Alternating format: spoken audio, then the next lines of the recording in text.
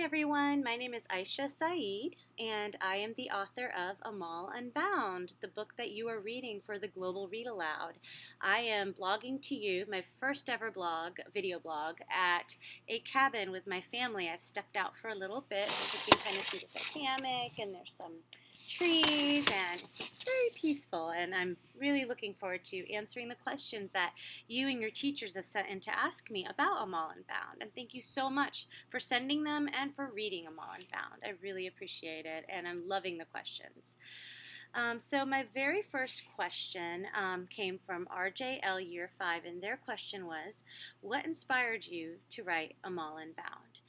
That's a good question. I was inspired to write about a country that many people haven't heard about, or if they have heard about it, they often only associate it with scary things. And that country is Pakistan, where Amal lives. I was born and raised here in the United States, but my parents immigrated from Pakistan many years ago, before I was born. And I have a strong connection to my ancestral roots. And I know that Pakistan is a beautiful place, but I know not everyone knows that. And so I wanted to show a story where you could see firsthand what it's like to live in Pakistan. And I wanted to showcase a girl like Amal who is brave and who is passionate and has so many dreams for herself, and to follow her life and what she does and her quiet acts of bravery. She may not get her name in a headline ever, but she's still brave. And I hope that reading her story helps inspire you, all of you students who are reading the book, to think about the ways you can impact change in your communities. It may not give you a headline, but that's okay. It's still important. And everyone doing small acts of good and kindness are what make the world go around. And so I wanted to explore one girl who does things that are good and brave, even at great risk to herself. And I wanted to see how that story would unfold. So thank you for that question. My second question is from fourth grade class, ACE International Studies. And the question is, do you have other books in progress? Yes, I do. I am always writing. I have always various stages of writing. So I'll have books that are just at an idea stage. Then I have some books that I've started outlining. Then I have some books that I've written a whole first draft. And then I have books that are almost done. My next book coming up after Amal Unbound is going to be Bilal Cooks the All, which is a picture book about a little boy named Bilal who likes to cook with his dad, and that's coming out June 2019. The third question comes from The third question comes from Miss Samira Hans' class, and the question comes from Anish, Saurav, and Kunal. And the question is, what do the vines wrapped around the wrists symbolize? So in the cover of the book, if you look at the cover, there's a picture of two hands, and there's vines wrapped around the wrists, and the vines are coming from that rose. And I think a lot of you may be discussing this with your teachers, at least that's what I've seen online, but for me, what the vine represents is the fact that she's bound. She's bound by somebody in her village to become an indentured servitude. And so the vines represent Amal being bound. And but you can see that some of the thorns, there's some thorns on the vines, but then there's also a flower on the vine, and that's meant to symbolize. And I didn't draw the cover.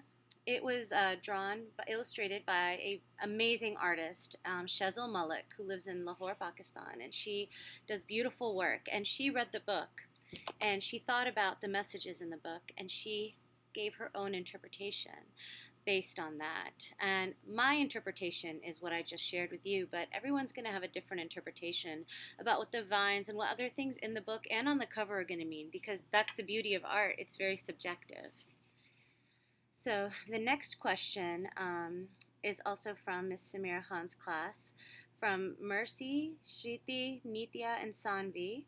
What inspires you to write about women and girls in Pakistan and how they're treated?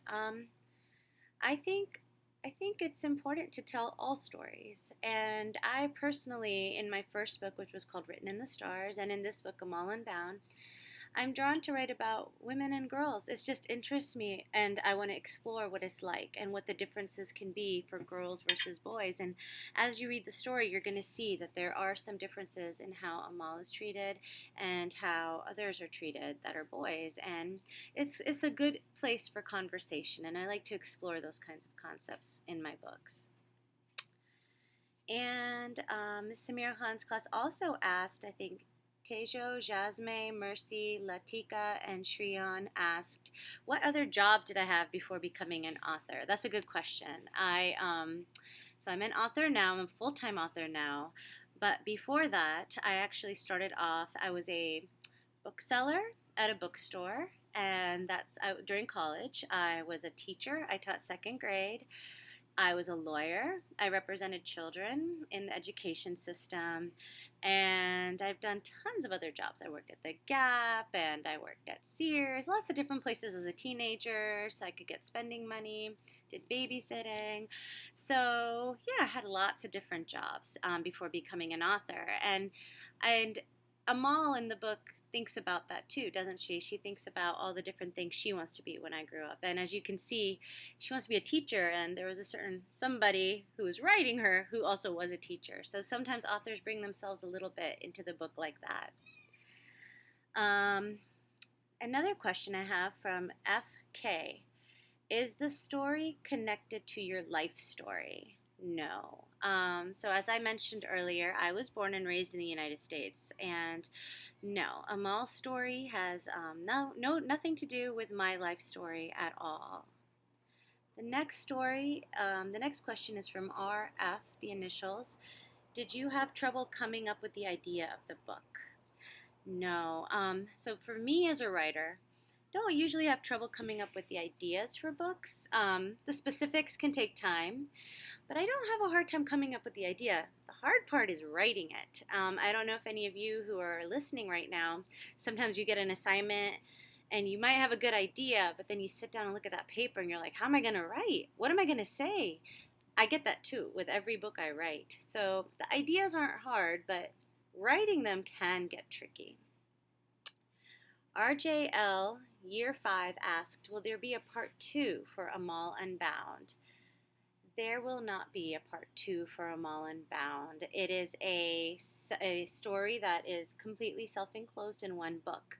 However, maybe you could write as a class activity about what happens at the end of the story. The next question is from Mrs. Ardinger's class. We are wondering what time period the book was written in. That's a great question. So a lot of people think that Amal Unbound was written a long time ago. They think it's a historical fiction, but actually Amal Unbound is set now, right now. And I have some clues in the book. I'm not sure if you've gotten to that part, so I won't spoil it for you, but there are some clues in the book as you read that'll clue you in that this is modern times. And Zion asked, do you like butter chicken? Yes, I do. I eat it once a week. It's one of my favorites. Thank you guys so much for all these great questions. Please keep sending them to me, and I will answer as many as I possibly can. And if I, for some reason, missed your question, if it got buried in my email, please feel free to email me again and remind me, and I will do my best to try to get to it in the next video blog. Now, as I had also mentioned in my newsletter and on my website, I'm offering free Skype visits for people who are participating in the Global Read Aloud, and I announce the winners every week. And so today I did, through random.org, I clicked two names, two numbers, I counted down, and the winner for the Skype visit is Jess Kekelis' class at Korea International School located in Seoul, South Korea. I will email you, but if you get this first, please feel free to email me and we can set up a Skype visit for you and your class. And the author letter drawing, which will have a personalized letter to your class, and we'll have some stickers for your class to have with Amal Unbound quotes. The winner of that is Jessica Liakonis, 5th grade teacher at Willits Road Middle School. in the East Williston School District. So please get in touch with me. If you don't, I will get in touch with you and reach out as well to get your mailing address. But those are the two winners this week, so congratulations. And thank you again so much to all the teachers, to all the students reading AMAL Unbound, sharing what you think about it. It means so much to me. And I look forward to more questions, and I look forward to video blogging with you again next week. Until then, take care. Bye.